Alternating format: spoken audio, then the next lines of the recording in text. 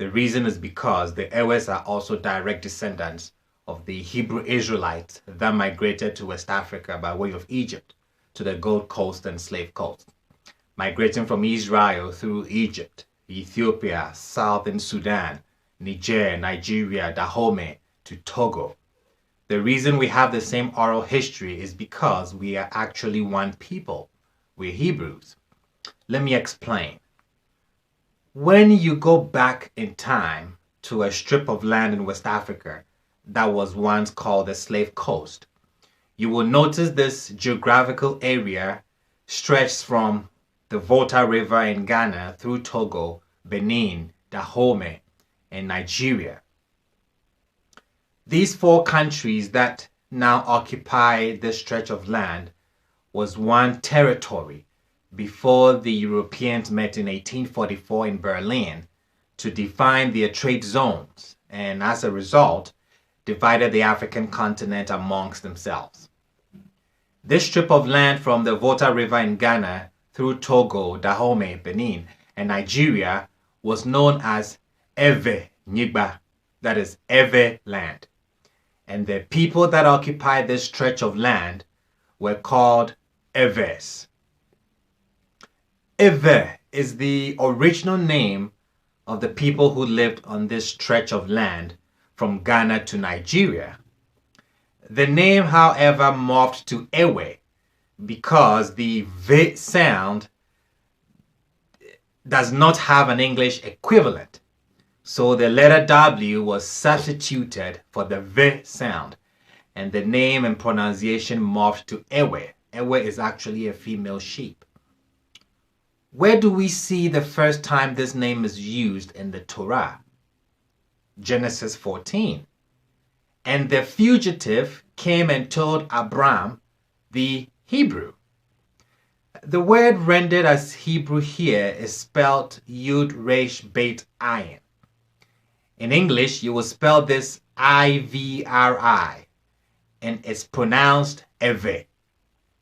So the text will read, Genesis 14, and the fugitive came and he told Abram the Ewe. Abraham the Ewe. Should you read from the Dead Sea Scrolls, you won't see the word Hebrew, but rather Ewe, what we now pronounce Ewe. This is the true name of the children of Israel, the Israelites. So where did the word Hebrew come from? We know it's Ewe. Where did the word Hebrew come from? The word Hebrew is an English rendering of the Latin Hebraicus. Hebrew is a derivative of the Latin word Hebraicus.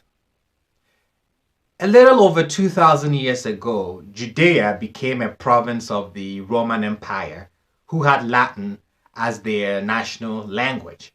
All the literature that people wrote and read was written in Latin, and those that were not were translated into Latin. During the translation of the Torah, Ewe became Hebraicus in Latin. If you notice, it's nowhere near Ewe. Hebraicus and Ewe, it's so far apart. After the Reformation in Europe, led by Martin Luther, translations of the Bible began into English. The translations were from the Latin version of the Bible, not from the original language. So instead of using the original name Ewe, they translated the Latin rendering Hebraicus to English as Hebrew. Hebrew, therefore, is a double translation of Ewe. The word Hebrew is a double translation of the original word Ewe.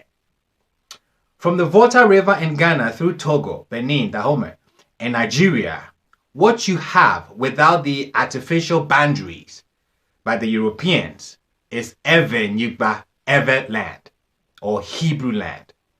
We used to be one people, speaking the same Ewe tongue. One will ask, how did we then lose the Hebrew tongue and now have so many dialects? Well, it's interesting, but wars have been fought, both interesting and sad. The wars have been fought and many have died because of the problem of variation of dialect. And because of the lack of written history, we did not know we were fighting our own brothers and sisters. Who said we don't speak Evet? Who said we don't still speak Hebrew? Who said the original Evet tongue is lost? We'll answer these questions in part 2.